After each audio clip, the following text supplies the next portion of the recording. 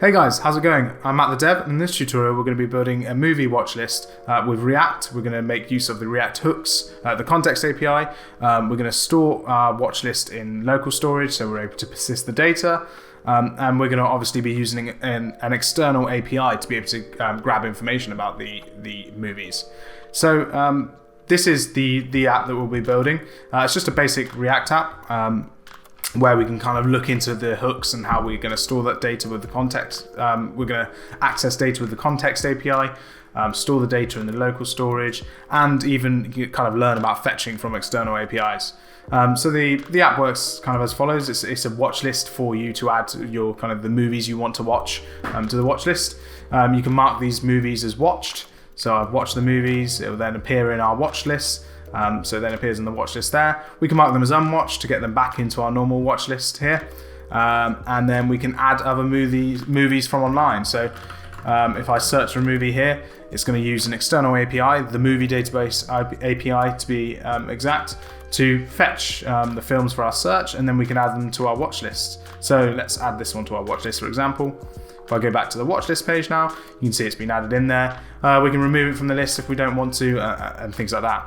So before we get started, there's a few kind of prerequisites. The obvious one, Node.js, we need that installed so that we can make use of Create React app and use the packages from in there.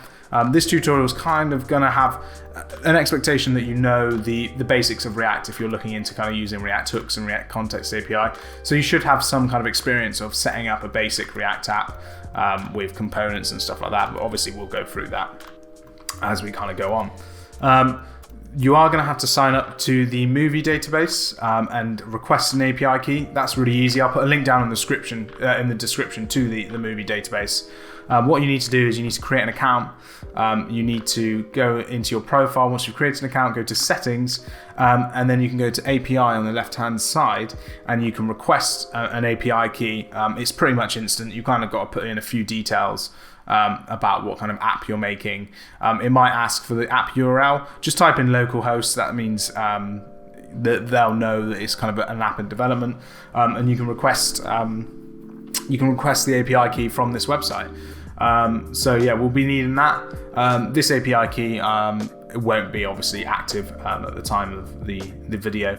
By the time the video is launched, so we'll be removing that. And then there's a few other things. So we're going to be using VS Code. I strongly suggest you install this ES7 React Redux snippets. We'll be using these snippets to quickly build stuff like components throughout the tutorial. So that pretty much kind of covers the prerequisites. What I have done is I've created a GitHub page. It will be linked down in the description again. And in the video, when we start getting coding, we'll be going to the GitHub repo. So we'll be pulling stuff like the styles from the final product. Basically, what I'll do is I'll put the final code up on a GitHub repo. Stuff like this. This isn't a CSS tutorial or anything like that. So there's just some basic CSS that I've made in here. We won't go through that in the video though. So you'll have to go to the GitHub repo just to copy and paste the CSS from there into your file, into your project. But we'll go through that during the actual tutorial. And we'll copy all the code we kind of need. We'll also be using Font Awesome. So I'll go to the Font Awesome website. What we'll be doing is we'll be serving up our own Font Awesome to prevent you guys from kind of having to sign up and request a kit code and stuff like that. So we're going to serve we're going to look at serving Font Awesome ourselves. Again, this will be in the GitHub repo, so you can either download it from there or download it from this website. We'll cover that in this tutorial, but we'll be using that for stuff like the icons, the basic icons, and I'm sure many of you are very familiar with Font Awesome. But if you're not, it's not anything too complicated. It just allows us to get those kind of icons that we need for our design. That covers up the kind of prerequisites and what we will be building. So I'll see you in the code aspect. Cheers. Before we get started with this video, I'd like to take the opportunity to quickly plug the platform that I've created, Loopro. Loopro is a platform for you to get social about the projects you're working on. You can create new projects and share regular updates during project progression, as well as follow your favourite creators and view a feed of their updates. Unlike other portfolio platforms, Loopro is about sharing the entire journey of a project, from concept to completion, not just the final product at the end. Loopro is the perfect place for you guys to get social about the projects you're working on, and it's entirely free to use, and you can get started at loopro.com. Okay, so let's get started with the tutorial. For this tutorial, what we're going to be using is Create React App, which is basically a starter template for React to get us going with all the modules and the files we need. So to get going with this, because we've got Node installed, we can open up a terminal on our computers. I'm personally using a Git Bash terminal. You can use whatever terminal is on your computer. Then we can run npx create React App, and then the name of the directory you want to install that in. So I'm going to make mine watchlist tut. So we're also already in the folder we want to save that in. So I'm already in the kind of code folder I want to save all of my work to. So I'm going to run that, and what I'm going to do is I'm going to get back to you guys once that's already run, because for some reason on my computer, my internet's quite slow at the moment, so that takes a few seconds, so I'll be back in a minute.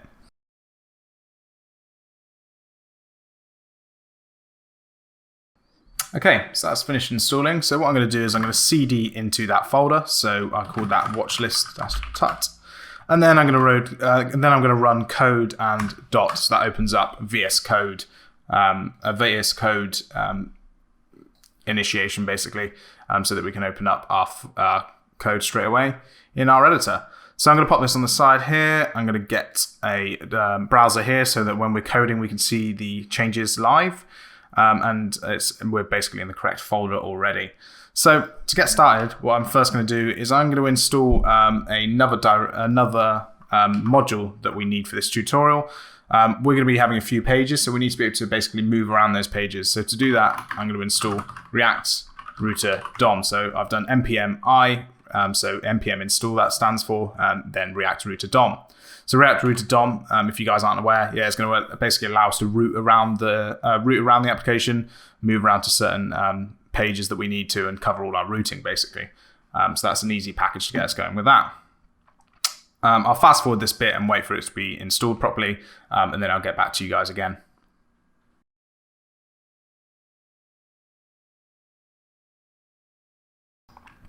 Okay, so we finished installing React Router DOM now. I'm just going to make my terminal slightly smaller in VS Code, so that doesn't take up most of our screen.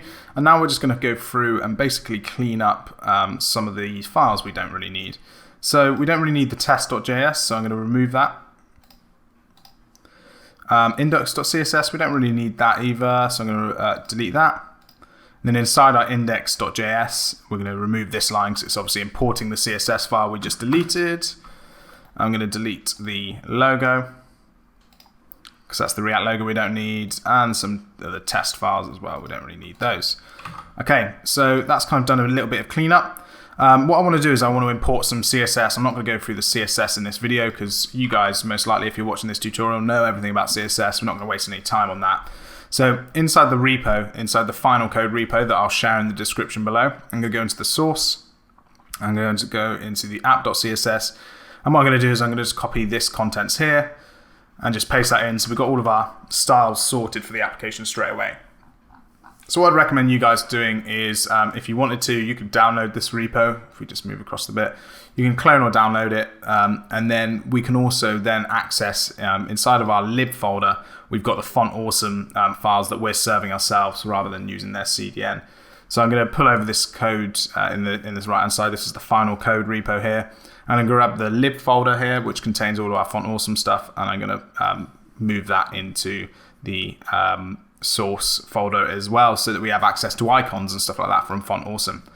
So that is some of the setup done.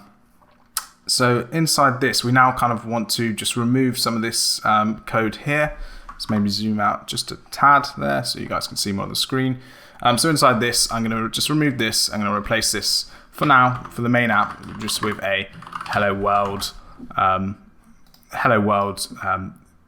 H1 in there, just to begin with, whilst we sort out our other components. So we're going to make, inside of our source directory, we're going to make a new folder called components. And inside there, I'm going to start creating some pages that we're going to need. So we're going to need a watch list. So that's going to be our main page with our watch list. And as I said kind of during the setup, we're going to use a Chrome extension, a VS Code extension called ES7 React Snippets. That's here. I'd recommend installing that. This basically allows us to create kind of components quickly. I'll mute my phone as well. it allows us to create components quickly. So after we've got that installed, I can just type in RAFC and then tab, and that's going to make a ES7 functional component for us that we can use. So inside these, I'm just going to set up all the pages we need to get the kind of React routing done to begin with. So this is just, I'm just going to make some basic, just some basic components to begin with so that we will have them ready. So we need an add page, so I'm going to make a new component called add.js. Same thing, I'm going to create a functional component, and then this is going to be the add page, and then another component called watched.js, because that's going to be our watched page. So the movies that we've watched page. And then also, what else do we need to do down here? We need a header file.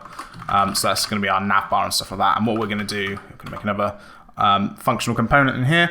And we're actually we're gonna just start filling this out to begin with, and start building this header. So what we want to do is we want to import link from React Router DOM, which will allow us to move around and create nav links that work properly. And then inside of our component, we're going to return our code, our markup. So we're going to make a header element, and then we're going to have a div with the class of container in there. So we're going to put everything in a container. Then we're going to have inner content, and then we're going to have another div with brand, with the class of brand, and then we're going to make a link component, and this is just basically going to take us to the home page. So we're going to do link to slash. That's just going to be our kind of logo, which is watch list. And then we're going to make an unordered list with a class name of lav links. And then inside there, we're going to make our some list items, and then link in here to this is just going to be slash as well, because this is just going to be another way to get to our main watch list. And then I'm going to copy this down a couple of times. So 1, 2, so we've got 3 nav links. This one is going to be going to watched, so the slash needs to be to watched here, and this one is going to be add, so it's going to allow us to add movies to our lists. So we're going to then give it a class name of button. So if we now go back to our app.js, we can then sort out some routing. So we can sort out now that we've got a header element, we can sort out some routing. So inside of our app.js, we need to import, so we need to first remove this logo.svg that's been removed with the, that's the React logo that was there originally. We don't need that anymore. And then we're going to import the browser router as router switch and root from React Router DOM. And then underneath here, we're going to start importing our components that we just made. So we need to import the header component. So that's going to be from components and then header.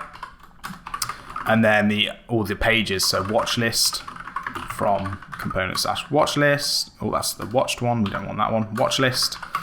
And then import watched from component/watched. And then we're going to also import add from component/add. Okay, so that's all of our components imported. What I'm also going to import is our font awesome from the lib folder that we just added. So we need to import that CSS there. So /lib/font awesome/css/all.min.css should do the trick there. Okay, so inside of here now, we need to delete this kind of hello world starter, and we need to start working on our router, so React Router. I'm sure if you guys have made applications before, you guys kind of are aware of how React Router DOM works, so I won't explain it too much. But we want a header element at the top, because that's going to appear on every single page we want. And then we're going to make a switch component, which basically allows us to move around our application, to route around our application. And then we're going to make some routes. So our first one is going to have an exact path of slash. So this is going to be like our home route, and that's going to return the watch list component there. And then we're going to create another route, and this path is going to be /watched, and that's going to return our watched component. And then finally another route here with the path of add. This is going to allow us to add movies, so we want to return our add component here. So this basically gets us started with that should give us a basic markup for the application. So inside of our terminal that I've opened up in VS Code, I'm going to run npm start to hopefully get a development process running of our React app. So we'll wait for it to start up. It's going a bit slow at the moment. So as you can see, we've got our nice basic kind of starter ready. So we've got our header in here. We're on the watch list page because we're at home. If we go to watched, we go to the watch page. If we go to add, we go to the add page. So that's all of our routing already set up and done nicely. So what I think we want to do first is we want to start working on the add page, because inside the add page, we need to basically search the movie database. We're going to use the API to fetch some results as we search their database, and we're going to return some movies. So if we go into our add, we're going to work on some markup first. So we're going to make, let's delete all of this kind of default stuff in here. So we're going to make first a div with the class name of add page. We're going to add a container inside there, and then we're going to make another div, which is add content. And then inside that, we're going to make an input wrapper. So this is going to be our kind of input where we search for the movies. So we're going to make an input that's going to have the type of text. We also want a placeholder, which is going to be search for a movie.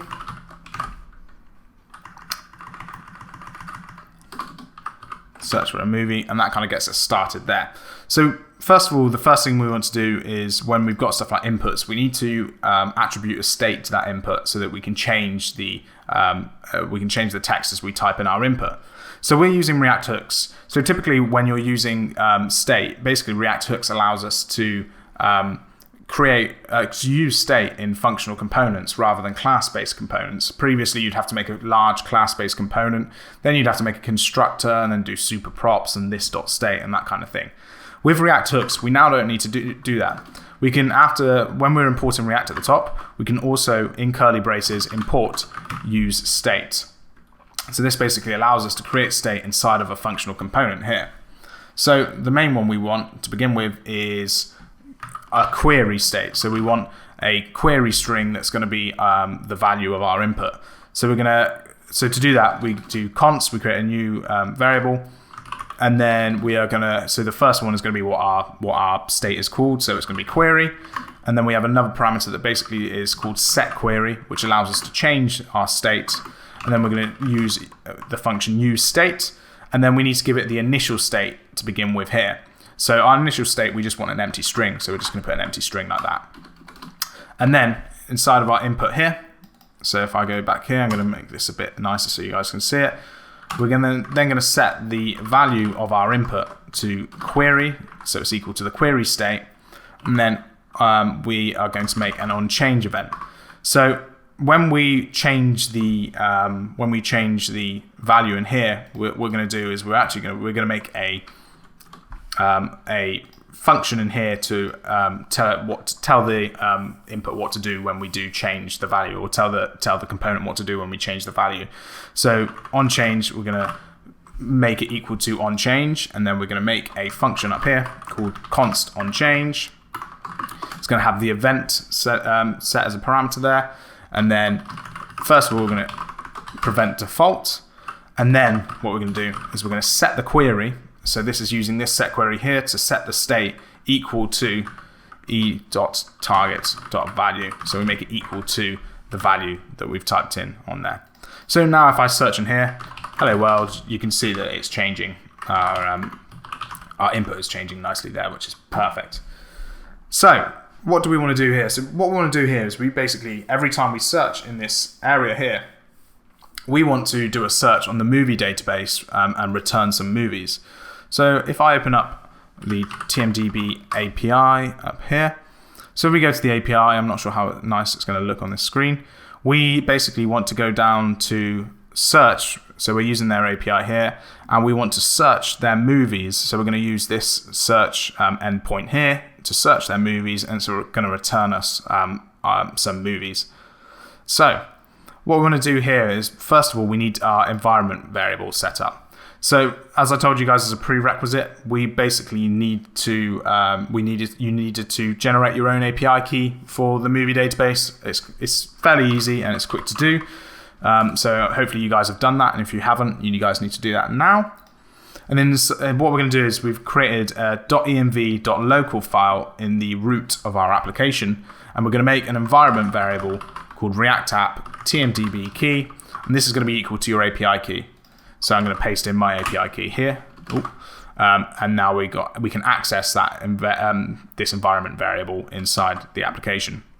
So you guys need to put your own key in here. This key won't work if you guys are following along with the tutorial. So every time we make a new environment key or variable, we need to stop running the server. We need to restart the server, basically, restart the application. So I've just cancelled it there with Control-C, and then I'm going to run npm start again. So I'm going to restart that so that we have access to that variable. So you need to, if you're not able to access it, it's because you need to restart the page there. So now we're going to go back to our add.js. So basically every single time we change, so I'm going to close all the other files actually whilst we're here. So close other files so it's not too busy on the screen. So every time we want to, every time we type something in here, we want to send a search request, or we want to fetch from the movie database API some movies. So what we're going to do is we're going to make a fetch, and here we're going to use the JavaScript fetch. And we're going to put some backticks in here, which are template literals, which allow us to add our own kind of variables into a string.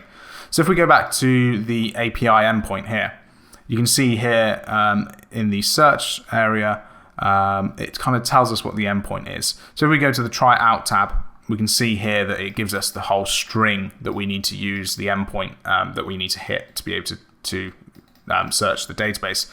But what we're going to do, we'll type it in manually so you guys can follow along. So we're going to be hitting their endpoint, which is https://api.themovie.db.org/3/search. So if you guys want to pause this as you're typing it in and following along, that's fine. Then we're going to search for, and then we're going to hit movie because we're searching for movies. And the first thing we need to do is provide our API key. So this is where we can then add a $sign and curly braces, and we're able to add our own variables to this string now. So we're going to access our environment variable, so process.env dot React App TMDB key, which is what we saved our key as. And then we need to add a few extra things in here as well. So the first thing is we want the language. So we're going to make an and then and language. If I can type properly, I'm trying to make sure that all of these are spelt correctly because it might mess up our search otherwise. And we'll do English, EN US, so that's returning it in English basically. We're going to add a page, and page equals 1, so that's returning the first page of results. And then we're going to include adult.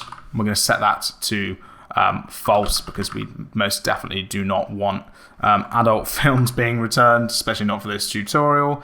So that keeps everything safe for work. And then the query here as well.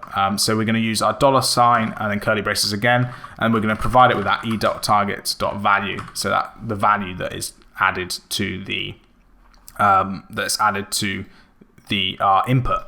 And then from here, we're then going to put, after this curly braces, we're going to make a then. So it's going to return a promise, and then we're going to be returned with the results, with the response, and then we're going to turn that response into JSON. So we're going to do res.json, save that, and hopefully it gives us some nicer formatting. It does there. And then we want to make another then, so I'm going to make a new line, another then, and then we're going to be returned with data. And let's console log this data for now. Okay, so let's make a search then. Let's just type in Harry Potter, for example. That's nice and easy. Let's make this bigger. So as we search, every time we searched, let's clear that here. So let's search for Harry Potter again. Clear that. So every time we change a value in here, you can see that it's making a call to the array, call to the API, and then it's returning some results here, which is returning the movies. So that's working perfectly. It's returning the movies we want. So we now need to basically store this somewhere. So we need to make another state to store our results, to store the API results. So we're going to make another state variable. This is going to be const results, and then set results, so we can set that state, and then we're going to use state, and this is our initial state, so it needs to be an array of results. We're going to return an array of results. So we're going to begin with, the initial the initial state value is going to be an empty array. And then inside of here, first of all, we're going to check if there's any errors. So data.errors, we're going to add an exclamation mark here. So if there are no errors, we are then going to set results to data.results, which is going to set it to these results that we can see here in the console there. So that's going to then set our results properly in there. Set it to basically our state. So we're going to set the returned API stuff to the state. And if there is an error, we're just going to simply set results to an empty array because there's no results. There's something's gone wrong. There's an error there. So if we then, so let's close this tab here. If we then go back to here, we then want to basically display these results. So underneath our input wrapper div, we're going to map through, well, actually, first of all, what we're going to do is we're going to check that the results.length is more than 0. So check that we've got results. So if there are results, we can then do an and we can return some code if the length of our results array is more than 0. So we got some results. So we're going to make an unordered list with the class name of results. And we're going to return, so we're going to map through the results. So we can do results.map, and then we can get the movie. So this is targeting an individual movie, and then we're going to return something in here, so li, and then just for this example, just to show you what we're returning, we're just going to return the movie.title inside curly braces there, so we're accessing the movie object and returning the title. So let's type in Harry Potter, and you can see that all of our results are now nicely being displayed here, which is perfect, but obviously we want some better formatting. So to do that, what we're going to do is we're going to make a new component called result card, and where are we going to do that? Where should we make that? So let's make a new component inside our components called result card.js. We're going to do RAFC again and then tab, so a functional component again. And what we're going to do is let's think. So to begin with, we just basically want some nice formatting. So we're going to pass to this result card, we're going to pass our movie object as a prop, so we can access this by destructuring inside the parameter up here. And then what we're going to do is we're going to return a div with the class name of result card, and then a poster wrapper inside of there to contain our poster. So the first thing we're going to do is make sure that a poster is returned. So movie.posterPath, that's kind of our variable there. So if we do have something returned in there, we are then going to create an image element with the source of, okay, so we're going to have to do some typing in here. So the source, we need to do https://image.tmdb.org. So this is basically hitting their media CDN. So we're able to display the image because the poster path is just returned as / and then a random string, so it doesn't return the full kind of URL. So we need to make a bit of the URL. We're going to do /p and then W200, so that's providing us an image with a width of 200. And then because we're using again template literals, we're using the backticks. We can do the $ curly braces, then we can put in our movie.posterPath in here, and that will return our movie in there. So then we also need to make an alt. We also need to put an alt element. Alt value. So we're going to make some curly braces again, some backticks for template literals, and then we're going to do movie.title poster. So that's going to return like the movie title and then poster as the alt tag. And then we want to put a colon in here and to say, so if there is no movie path, we can return, instead we're going to return just a div with the class name of filler poster, which is just going to be kind of a blank image that it displays on the front end. So that's what happens if there's a movie in there. So if we then go back to, we can test this out. So we can import into this, into our add.js. So we've gone back to our add.js file here. We're going to import the result card component from result card. And then inside here, when we map through the results, we are going to, first of all, we're going to make, let's just delete this and make our li again. And if you're mapping through stuff on React, you have to give everything when you're mapping through in JavaScript, you basically need to give everything a unique key. So we're going to add a key to our li element, to our child of the map, and we're going to make that key movie ID, since every movie is unique. Every movie ID is unique. That's a sensible key. And then we're going to use our result card component. And then as a prop, we're going to pass it movie. So as the movie prop, we're going to pass it the movie object here. So let's save that. And now when we type in Harry Potter, you can see that the nice poster paths, the nice posters are returned.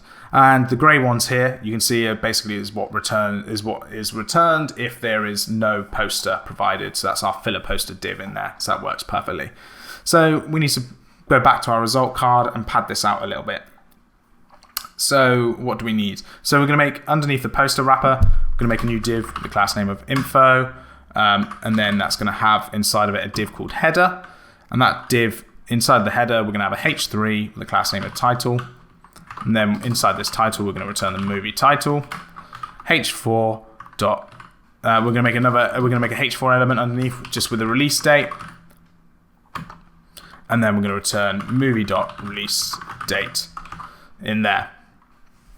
So in our final project, we did actually clean up this date a bit. So it just returned the initial, just the kind of year on the side of that. So maybe we could do something like, we can make a substring. So it just returns the returns the year, sorry, in there instead. So in fact, let's just do that. So we can do this, movie.releasedate.substring, and then 0 and 4, I believe, should give us a nice. So there you are. So 0, 4. So we make a substring, and it's just going to return the year then. So it's nicely formatted in there, which is perfect. What we might want to do though, because this may actually return an error if there's no release date provided. I mean, all of these have a proper release date, but I'm slightly worried that it might break the application in case one of our results doesn't. So I'm going to first make a check. Let's make this a bit nicer to read. So let's pop this down here. So instead of doing that, so if there is a movie.release date, so if this value is not null, we're going to return this. We're going to return that, or if there isn't one active, we're just going to return a dash there. So that basically covers us in case there isn't a release date in there. So yeah, that all works nicely. So now we want to work on some controls as well. So from here, we want to be able to add it to our watch list. So let's go to our header in here, underneath our header here. We're going to make a new div called controls. And inside here, we're going to make a button with the class name of button. And then we are going to make an add to watch list button in here. So if we put that in there, every time underneath our results now, we get a add to watch list button.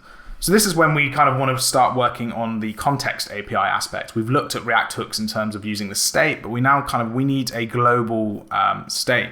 So basically what we need to do is when we add this to watch list, it adds it to our context API, and we're able to access our watch list from any component across the application.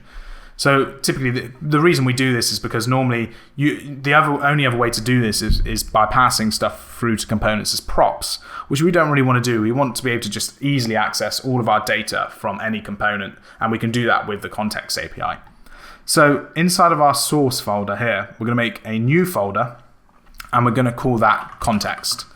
And this is where we're going to start working on a new file called globalstate.js, and we're going to create our context inside of here, which will allow us to basically access our data from any component.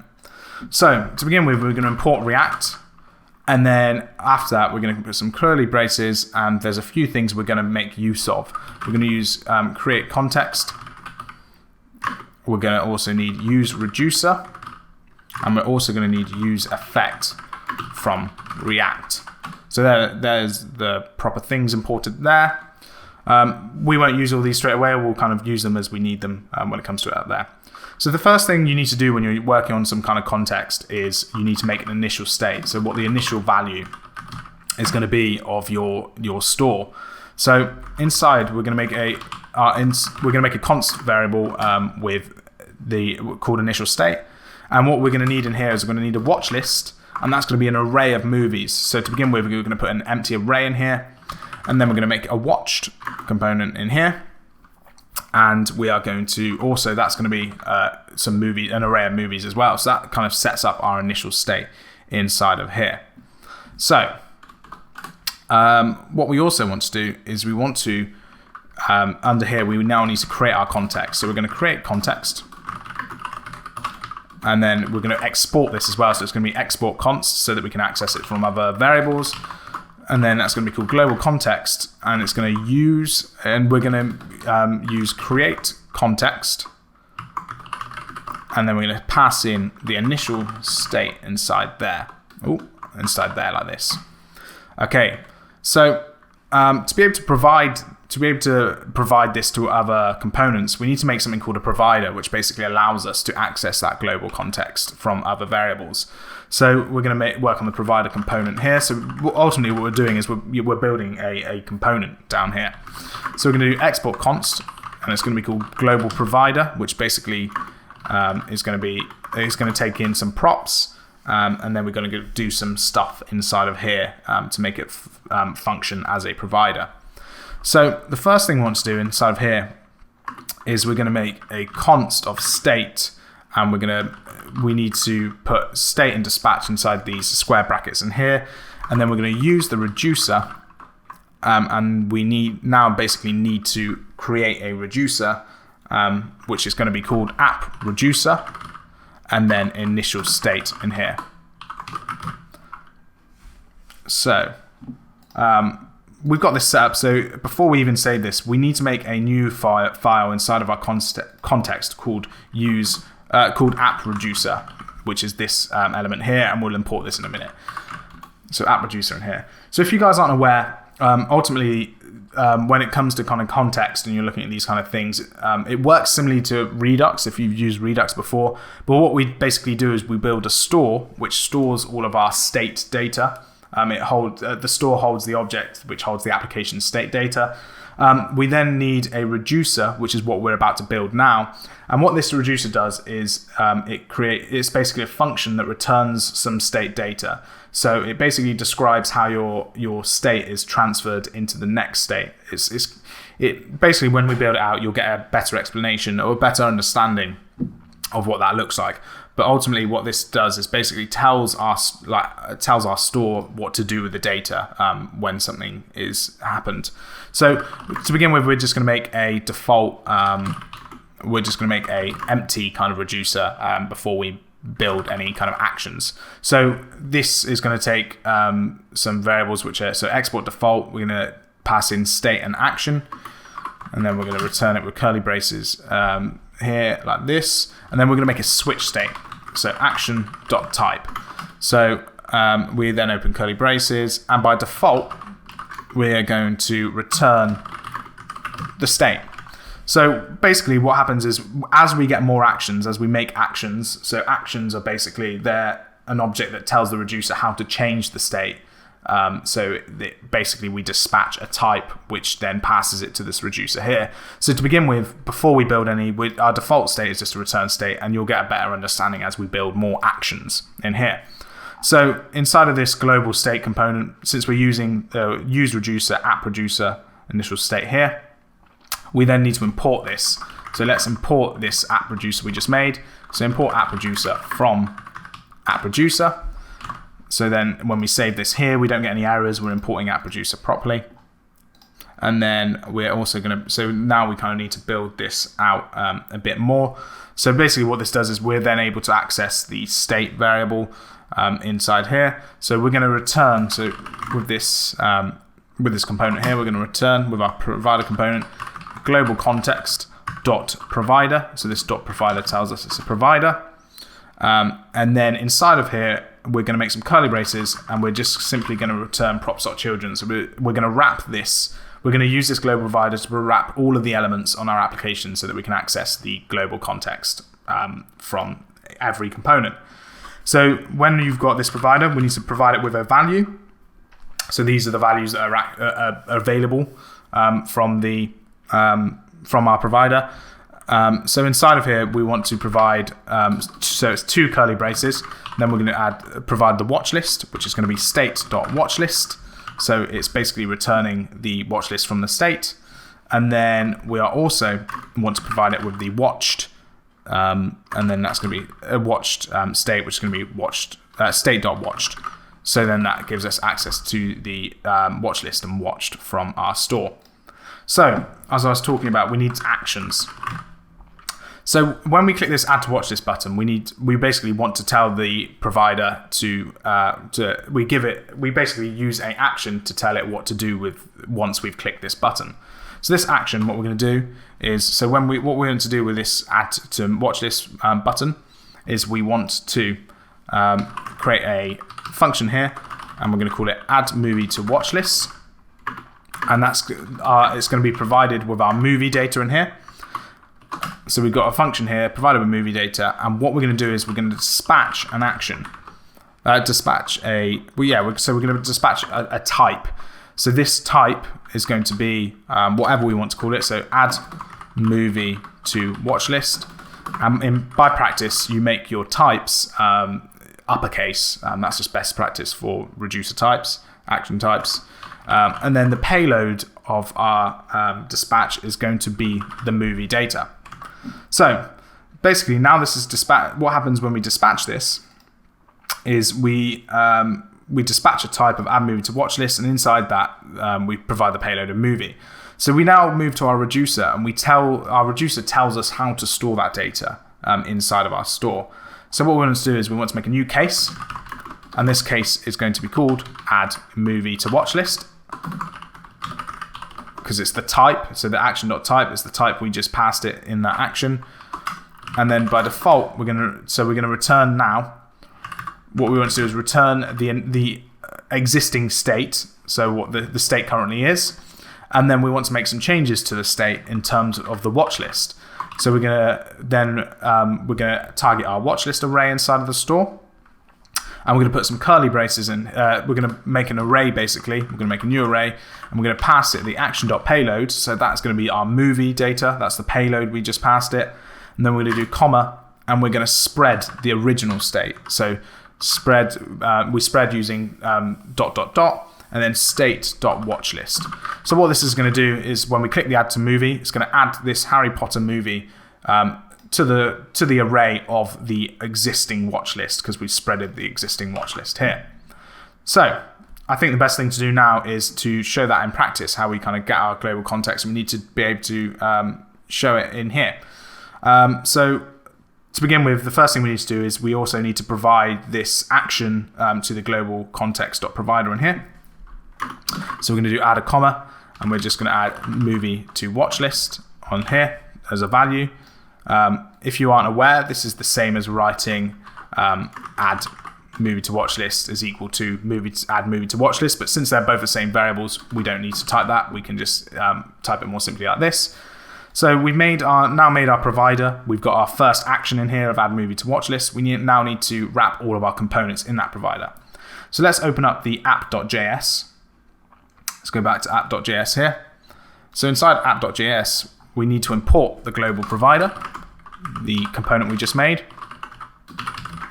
from context / global state in here. And then what we can do is we can wrap our whole application in this global provider here, so that it all has access to the context. So app reducer is not exported from /app reducer. So what have we got wrong there? So inside our global state, we've got one of our imports here. Okay. So I put curly braces around here. It shouldn't be curly braces. It should just be normal like that. So that fixes it there. So now to test this, I can prove to you that we now have our context by inspecting our element. I've got the React Dev tools installed on Chrome, which again, I'd recommend you guys do if you haven't already. You can go into components in here, and when I click on the global provider, inside here, it might be a bit small for you guys. I don't know if zooming in is going to help. No, it doesn't seem to help in here. No. Okay, that's fine. So inside of here, inside of the hooks, so we've created hooks. Inside of our hooks, we've got our reducer in here, which you can see we have the watch list and the watched, which is our initial state. So that's basically showing that our provider is working. We've got our context set up. So let's make this smaller again. So now we need to basically kind of map up our button, make sure it actually does something. So what we need to do is we need to go to our result card component. And inside of our result card, we need to make a few changes here. So we're not just importing React now. We also want to import, in curly braces, use context, because we're going to make use of the context. And then underneath here as well, we're going to import the global context. And that's going to be imported from context/global state. So we now have access to that global context. And then from this, we can basically grab our action, the action we created, which was add movie to watch list. So we can destructure here and grab the add movie to watch list. And then that's going to be is equal to use context and then global context inside here. So we now have access to this add movie to watch list action that we created, which basically means we can use it and we can tie it up to our button. So if we go to onClick, so we want to make an onClick event. So when we click on this button, we want to trigger add movie to watch list, and then we're going to send it movie, so the movie object, all of which we have access to here in the props. So let's test this out and let's see if we're getting the results we want. So let's go to Harry Potter. Again, I'm just using Harry Potter because it's an easy film that everyone will understand. And then when I click add to watch list here, you can see that it just updated the reducer here and the movie is now added to the watch list, which is perfect. But the trouble is, this button is now not grayed out. If I was to add to watch list again, you can see that it adds it twice as we click on it, which we don't really want. We want to fix that. So I'm just going to refresh the page so it clears the context. And then let's add a little bit of functionality to prevent you adding a movie twice, for example. So up the top of this component, what we're going to do is, let's make this a lot smaller in here. So let's make a const variable, a let variable even, let stored movie. So what we're going to do is we're going to search the watch list. What we're going to do is we want to search the watch list store and see if the movie's already in there. So from our context, we want access to the watch list. So we want access to the watch list array here. And then what we're going to do is we're going to search the watch list. So we're going to do watchlist.find.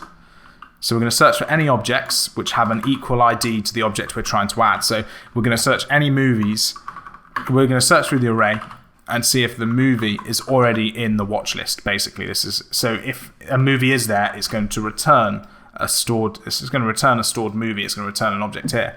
So basically, we don't want our users to be able to add a movie if it's already in there.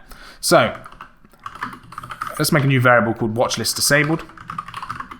And this is going to either be equal to true or false if there is a movie if there is a stored movie.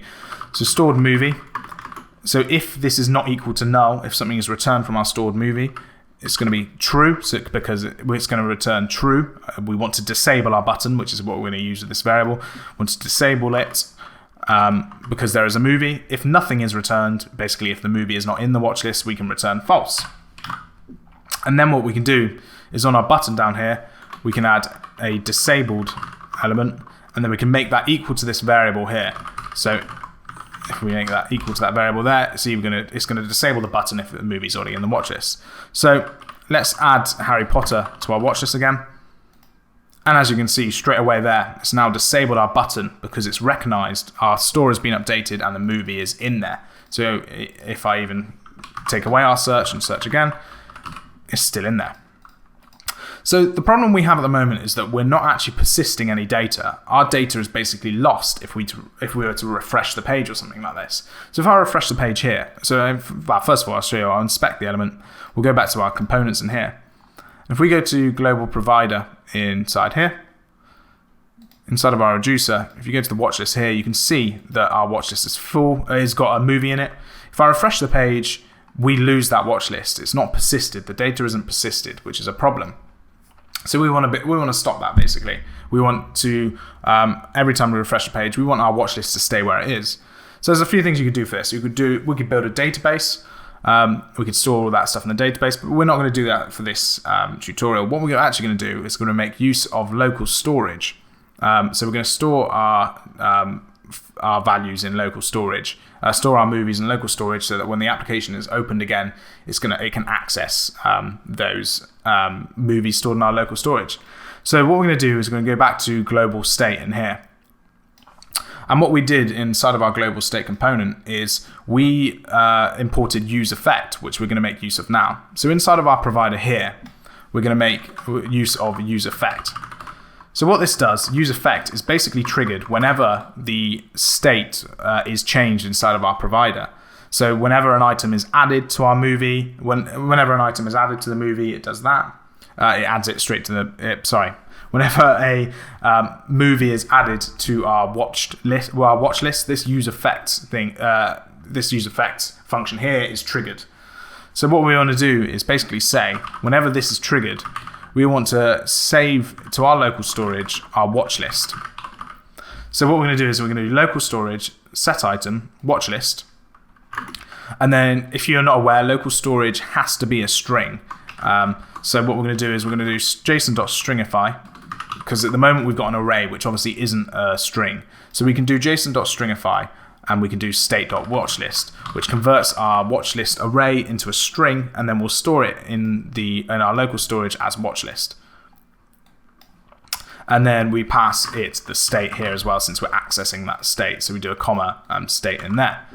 So basically what this now does is if we make a change here, so if I type in Harry Potter, I add it to the watch list, it's now added it to our local storage, which we can check in Chrome by going on the drop down here. You can go to application when you're in the DevTools, and then we can look inside of the local storage here. So if you go to the local storage tab here, into local storage here, we've now got a watch list item which has our Harry Potter movie inside of it. Inside of here, it has our array stored, but as a string inside here. So it's got our movie stored in here, which is brilliant. But at the moment, this still doesn't.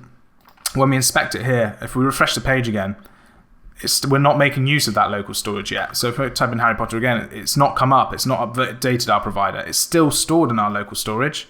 It's still, it's not, because we've used effect there. So it's deleted our local storage at the moment. But what we're going to do is basically when the application first loads is we want our initial state to take the value of our local storage items. So inside of we're going to make it, basically what we're going to do is we're going to make a few changes here. So we're going to go into the watch list here, and we're going to check if there is anything stored in our local storage. So we're going to do local storage .get item watch list. So this basically checks if there is anything in our local storage as the watch list. So if there is stuff if we do have a local storage item called watch list, what we want to return is json.parse. So it turns it back from a string to an array. So we're going to basically return our local storage as a watch list, return our local storage to the initial state of our store. And if there isn't any, so what we're going to do, so at the moment, if there is a local storage variable, we're returning the json.parse. But if there isn't anything, we can just return our empty array again. And what we're going to do is, whilst we're here, we're going to do exactly the same for our watch list. So I'm going to copy this down, paste this here. I'm going to change these variable to watched in here, and we're going to change this to watched and this to watched also. So we're just setting this up for when we make our watched list as well. And I'm going to do exactly the same here. So I'm going to store I'm going to make another local storage element called watched, and then we're going to json.stringify state.watched this time. So that's going to store our watched items when we get to the functionality of that as well in our store properly there. So let's I think the best way to do this now is we've searched for Harry Potter. So let's add it to our watch list. And now if we refresh the page, you can see that it's kept our state. It's now used our local storage is as the initial state in our watch list. So we've now persisted that data because it's grabbing it from the local storage, which is brilliant. That means we can now refresh the application, we can stop the application, start again, and we'd remain and keep our data in there whilst it's still in local storage, which is brilliant. So yeah, so that basically sums up our add to watch list kind of functionality in here, which is perfect. We're now persisting it. So we now want to display that watch list basically. So we're going to go to our watch list. We're going to make some changes to our watch list component in here. So inside of our watch list, let's make some changes in here. So we want access to our movies now that we've got stored in our context. So we're inside this component so that we can display them in a nice grid. So we're going to import use context from React there.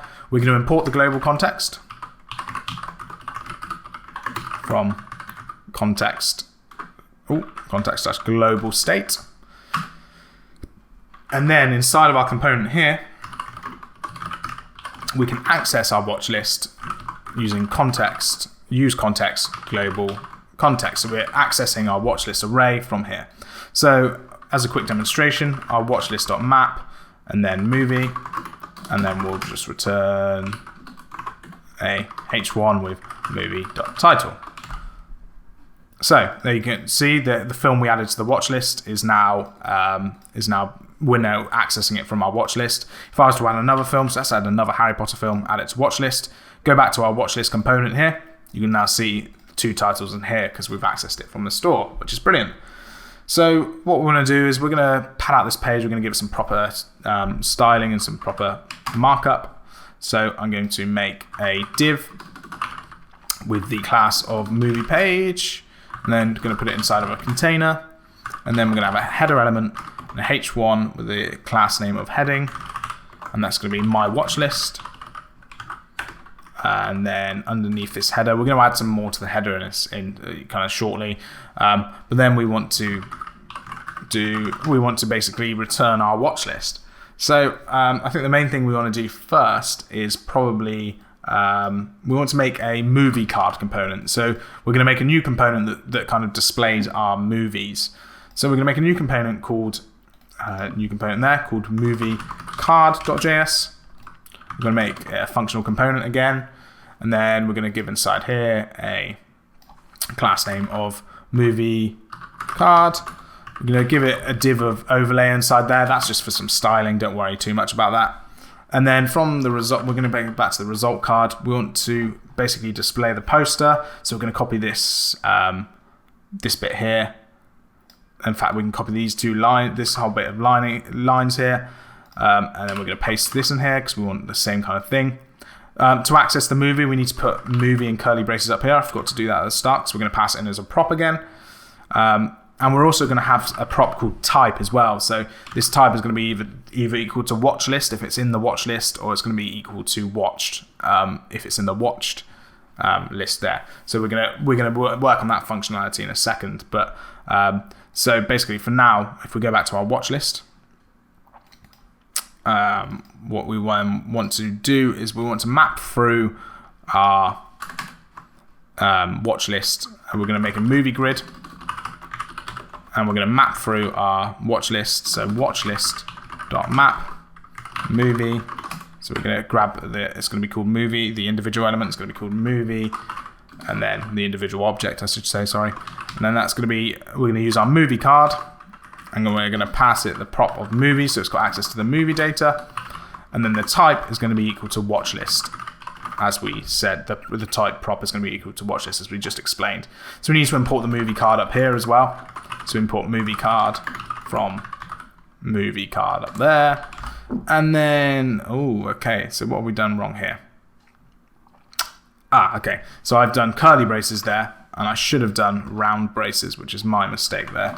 So if we replace these with round braces, I've now got some, I need to remove that semicolon there. And now you can see that our movies are returned as nice posters, which is brilliant. I'm actually going to change this slightly though. I'm going to return we're going to check if the watch list is empty. So if it's empty, we're going to return something that says like no movies in your watch list. If it's not empty, then we're going to return obviously our movie grid here. So let's add that functionality in. So we're going to make curly braces, and then we're going to do watch list.length is more than 0. So if it is more than 0, we're going to return this movie grid with our movies inside it. So I'm going to copy and paste that inside that. And then if not, so we're going to do colon. So if that's not true, if there are no movies, we're going to return a H2 with the class name of no movies. And then we're going to put no movies in your list. Add some. So basically, if that is empty, we're going to return a nice little string in there to tell people to add it to their watch list. So it's not there at the moment, but we can't say that string because there's movies in there. The length is more than 0. But if we had no movies in here, it would work properly. So now what we want to do is we want to work on some controls. So from here, we want some controls to basically remove it from our watch list. We want like a little cross to remove it, or maybe and then an icon to add it to our watch list. So if we watch the movie, we want to click an icon and it will move it to our watch list. So we're going to work on that now. So what we're going to do is we are going to go into our movie card component. In fact, we're going to make a new component called, and this new component is going to be called movie controls. And then we're going to do REFC again.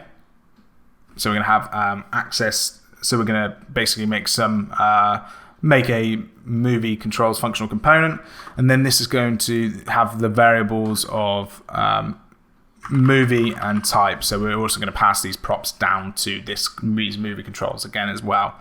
So we're going to make a new div called inner card controls, because these are going to overlay the card. And then we're going to make some buttons. So depending if it's in the watch list, we want different controls to if it's in the already watched list. So if the type is equal to watch list, we're going to return the following.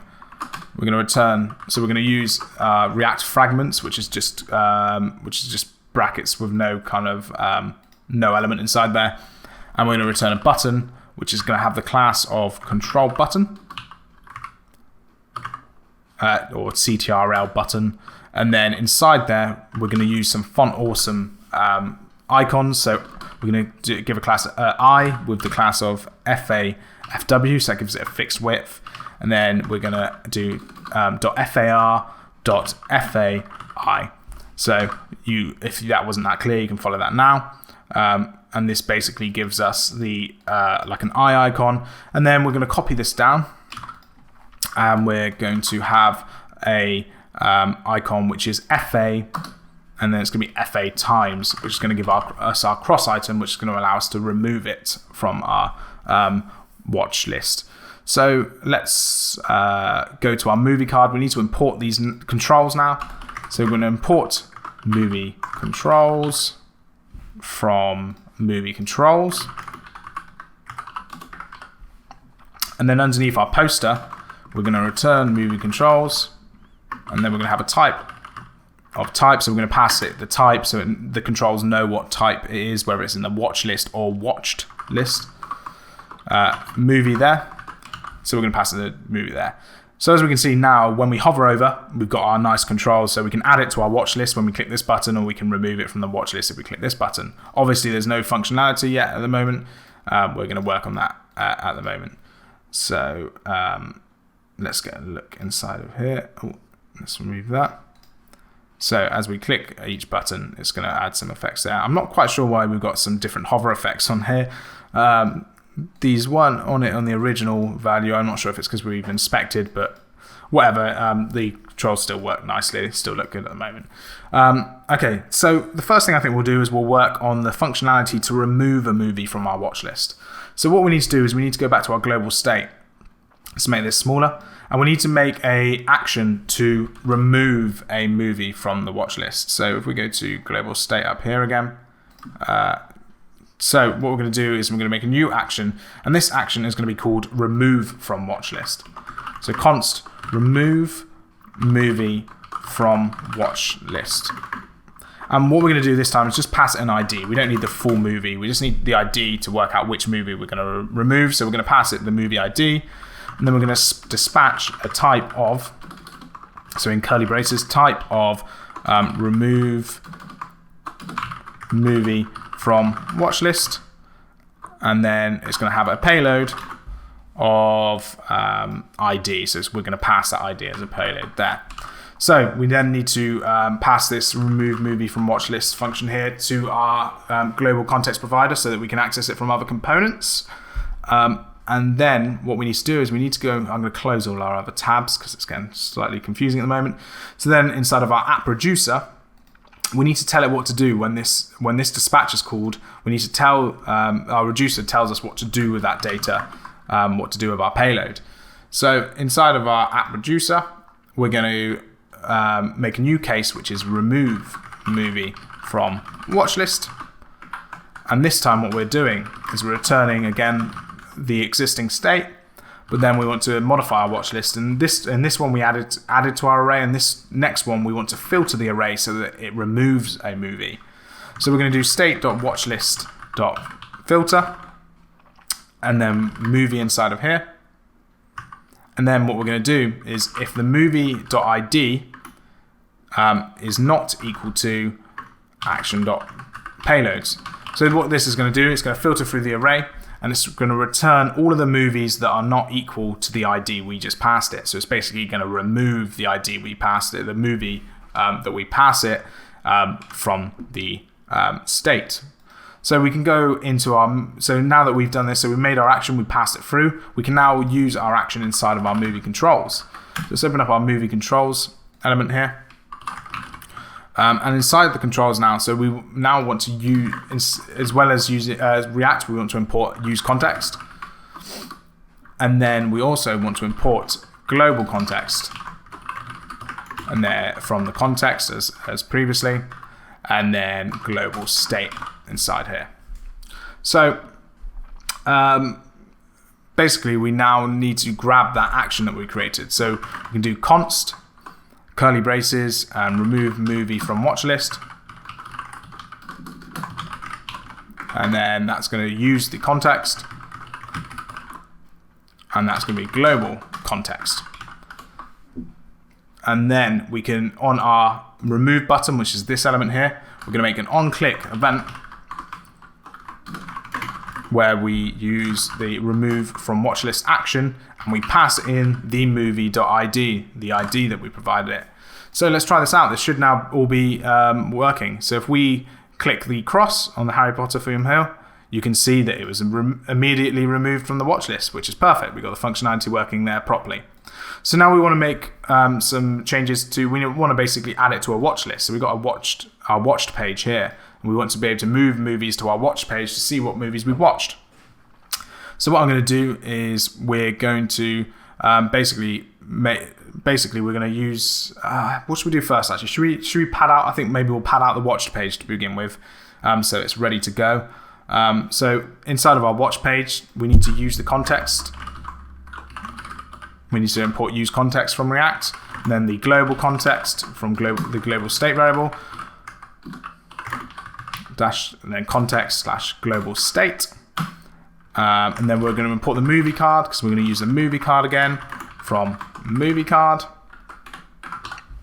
And then actually what I'm going to do is I'm going to copy the code that we used for the watch list and make some changes to the watch list and make some changes to it. So it's going to be a similar page, but we just want a few changes. So let's copy this from our return statement from the watch list. Let's paste this in here. So instead of my watch list, it's going to be watched movies. And then from our global context, instead of importing the watch list, we're going to import watched this time. So it's going to be the movies we've already seen, not from, equals use context, global context. So we're going to use our global context to access it there. And then inside of here, instead of doing watched list.length, we need, this is why we got errors here, we're doing watched. So we need to change the watch list variable to watched. And then we're going to return a movie card. It's going to be the same movie card, but this time the type isn't watch list, it's watched. And then if we save that, we should have also our functionality all going. So if we go to our watch page now, there's no movies in the moment, so we get this string saying no movies in your watch list, add more. So this is all basically set up to show our movies on our watch list once we move them. So let's go back to our global state. We need to make an action to move a movie from our watch list to watched, if that makes sense. So inside of our global state here, we are going to do a const add movie to watched, and that's going to be equal to movie. So what this is going to do, so we're going to pass it a movie. So what this is going to do is going to move it from our watch list to our watched to our other list. So type add movie to watched. We're going to call that. And the payload is going to be movie. And then we need to remember to pass this to our value in our global context. So add movie to watched, pass that in there. And then we need to go to our app producer again. And inside of our app producer, we need to make a new case called add movie to watched. And inside of that case, we're going to return the state and then the watched. So this time what we want to do is we want to do, okay, this is, right, let's have a look. Let's think what we need to do in here. So we need to remove it from the watch list. So what we're going to do is we're going to copy down this filter here. So we need to remove our movie from the watch list, and then we need to add it to the watched component. So we're not passing the ID this time. So action.payload isn't enough. We need to do action.payload.id here. So it's going to search for movies. It's going to return the movies that aren't equal to the new movie we're adding. So it's removing it from the watch list with this filter here. And then we want to add it to the watched. So action.payload. So it's similar to this up here, but we're going to do ...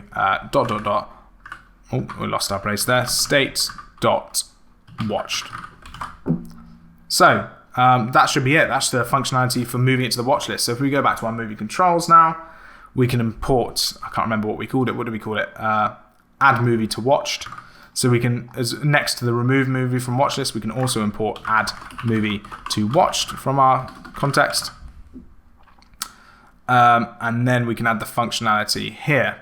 So let's say a look. So inside of our button here, on click, we're going to, so when we click on the function, we are going to add movie to watched in here, and we're going to pass it the whole movie. So let's give that a go then. So if we click this here, you should see that it's removed it from our watch list, which is perfect. And then we go to our watched movies, and it's added it to our watched bit here, which is perfect. It's exactly what we wanted. So we got no controls on here at the moment because on our movie controls here, we've made a type of watch list. This has a type of watched, so it's different. So we need to make some controls for this watched items as well. So what do we want in the controls for there? So let's have a think. We want to be able to move it back to our watch list. So let's make a type is equal to watched. And then when the type is equal to that, we're going to return the following controls. So we're going to do our triangular brackets again with a React fragment. And then we're going to have a button here. And that's this one. So I've just copied the button from above. Just for that fact, let's write our own button. So that's got some extra data we don't need. So we're going to make a new button with a class of control button. And then this one is going to have a FA. So we're going to make another icon, and this icon is going to be FAI/. So if you guys want to copy that, it's easier to copy once I've extended the component there. So now when we hover over something on our watched movies, you get this little slash icon, which was basically we're going to add some functionality to move it back to our watch list. So our watch list, we can move it from our watch to our watch list in case we've accidentally added it in there or something like that. And then we want another one here as well, which is going to be the FA times again. So I'm going to copy these classes here. So this one's going to allow us to remove it from the watched list as well. So not just from the watch list, we need to be able to remove it from this list as well. Okay, so we need to work on some actions then, some more actions. let's go to our global state. So we're going to work on 2 new actions. So what do we need? So we've got add movie to watched. We also need move back to watch list. So move to watch list. And then we need remove from watched. So let's work on this one first. We're going to make a new const, and it's going to be move to watch list. It's going to be equal to movie. And then we're going to dispatch a type of move to move to watch list. And then the payload in this is going to be the movie again. And then we'll work, so we need to pass this to our global context provider here as well. So move to watch list. And there, is that what? I've typed a movie there. Move to watch list. And then let's make the remove from watch. So let's make an action for that. So remove from watched. So this action is just going to take in an ID again when we're removing. We don't need all the other data. So we're going to do dispatch. We'll make a type, remove from watched, and then the payload of ID. So the payload of ID there, let's make this smaller so you guys can copy along properly. And then again, we need to add this this action here to our global context provider so we can use it from our other components. So we need to go to our reducer again, so our app reducer, and we need to make some cases for these. So move to watch list one we'll do first. So case move to watch list, and we're going to return, like usual, we're going to return the initial state, and then the what we're going to do is, so this time we're basically doing the opposite of this. So this one we're going to do watched. We want to remove it from the watched, so we're going to do state.watched.filter. So we're going to filter through this array and only return movies that are not equal to the one we want to remove. So movie.id is not equal to the action.payload.id. So it's literally the same as this one above, just basically swapped around. So this one is watched instead of watch list, and this one's going to be watch list instead, if that makes sense. So we're just doing the opposites here. So I could have just copied this down, but we'll type it out anyway. And then, so our watch list, we need to then do action.payload. So it's adding our movie back to the front of our watch list, which is exactly what we want. Okay, so state.watchlist, that should be working absolutely fine there. And then we can do a case, and we could do remove from watched. So this is our second action that we need to do. And then we're going to return .state, and then watched. So we're just going to filter out this array. So we're basically using this one again. So we're going to filter out the array movie.id is not equal to action.payload. So this action.payload, because we're sending the ID, we can just access action.payload. The reason we use action.payload.id in this one is because we're passing the whole movie. So we need to access the ID from the whole movie. This one, we're just passing the ID, so we can just do action.payload. So this should now give us the proper functionality for us to go back to our controls. So we can go, what's going on there? It's not resizing with it. Okay, so let's go to our movie controls again. So inside here now, we can import, what are they called? Let's have a think. I'm already forgetting what we call them. So we move to watch list, and then remove from watched. So they're the new actions we just created from the context there.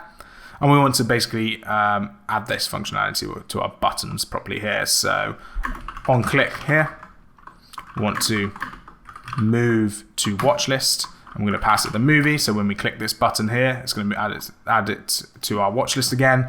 And then this one is going to add it, remove it from the watch list in total, altogether, sorry. So we're going to just pass it, this one we're passing the ID, so we're going to pass remove .id. So let's give this a go. So if I click this, it should remove it from our watched list, which is perfect. And it's added it to our watched. So we can add it back from our watch list to our watched. So it's all working perfectly, the functionality there. And then I can just delete this from our watch list altogether. So it's deleted from both lists, which is perfect. So we've got pretty much all of our functionality working now. We've just got some things we need to tidy up in terms of adding more movies. So that's all of our basic functionality done. But when we go to add, So let's add the movie back again.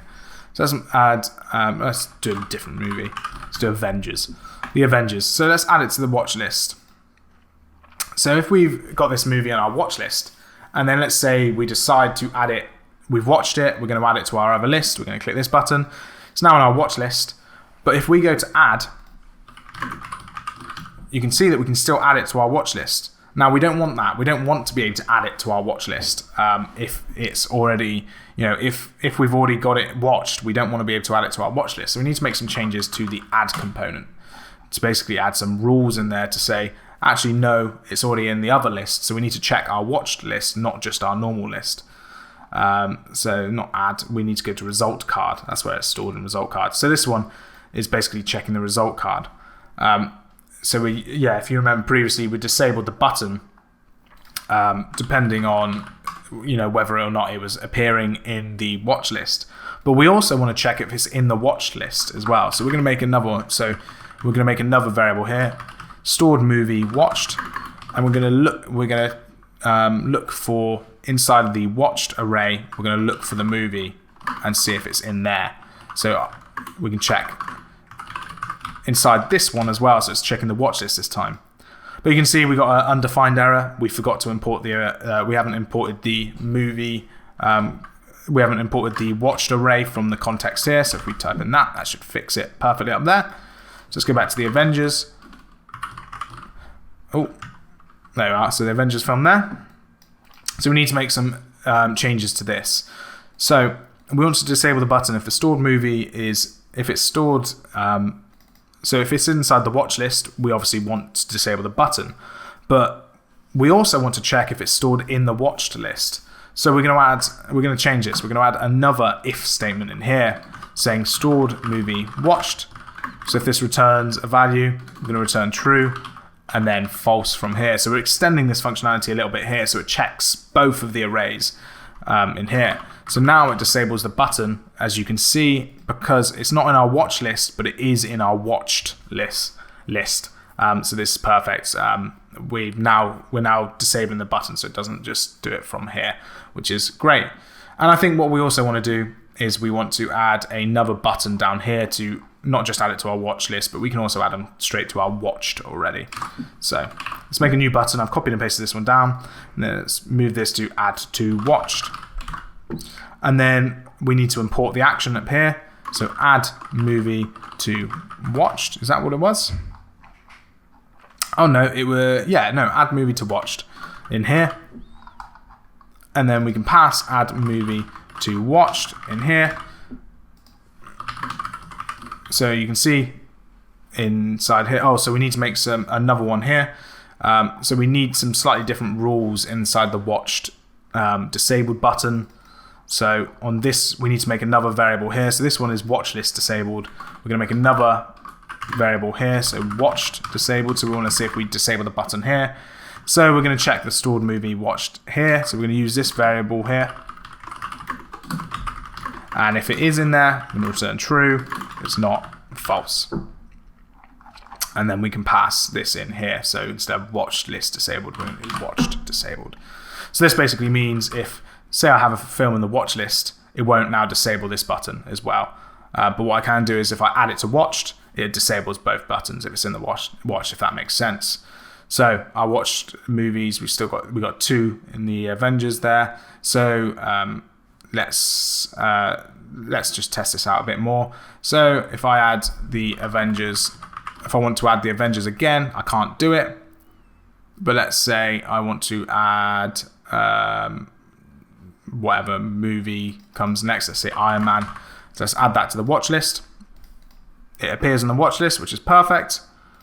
And then if I go to Iron Man in here, you can see that this button is still we can still add it to the watched bit, which is great. So let's go back to this watch list. Let's add it to watched. So it appears now in our watched. And we can check that it disables both buttons, which is working perfectly. So this pretty much sums up our application. Let's add a few movies to the watch list. Let's add a few to the watched to fill it out a bit. And you can see we've got our nice watch list. We've got our watched list, I can mark something as watched and it'll appear in the watched thing. I can move it back to our watch list using this, which it does there perfectly. So it's all working really nicely. And that basically sums up the tutorial. What I am going to do, a little bit of some nicer kind of display on here, a bit more UI basically. Let's make a kind of counter in the top right to tell us how many movies are in there. So inside of our header element in our watch list, I'm going to add a spam with the class of countpill, and then I'm going to do watch.length and then movies. Watch list.length, sorry. We're using the watch list. So there's 4 movies. But what I am going to do is in here, I'm going to make an operator in here, because if the watch.length is equal to 1, we want to return is equal to 1. We want to return the string movie rather than movies. You've got 1 movie in there, not 1 movies, and then movies in here. So this is just like kind of making sure I've done it again. Watch list in here. So this kind of makes sure it displays nicely. So I'm going to copy this and I'm going to go over to our watched component here. So go into the watch component and I'm going to paste it down here. Change these to watch list from watched in here. So we have a nice little counter on both of our things. So we've got 6 movies in our watch list, 4 movies in there. And that pretty much sums up the tutorial. So we have let's expand this. We have our fully functioning watch list. So I hope you liked the tutorial. I hope it explained things properly. If you need any extra help, just post it in the the comments below. I'll be able to help. Follow me on Twitter. That's down in the description below, or Matt Dobson Web. And again, if you would have seen the video earlier explaining my platform LootPro, but you can post your project on LootPro, the platform that I've created for creators to get social about what they're working on. So post your stuff like your tutorials and your outcome onto that platform. That'd be great. And let me know what other tutorials you want to see. I'm willing to work on more. I'm thinking I might do a vanilla JavaScript version of this, so you don't need to use React. It could just be vanilla JavaScript. And then there's a few more bits I can do. So a few more kind of tutorials I can work on. They're kind of in the works already. So yeah, just let me know what you want to see. So thank you very much for watching, and I'll see you in the next tutorial.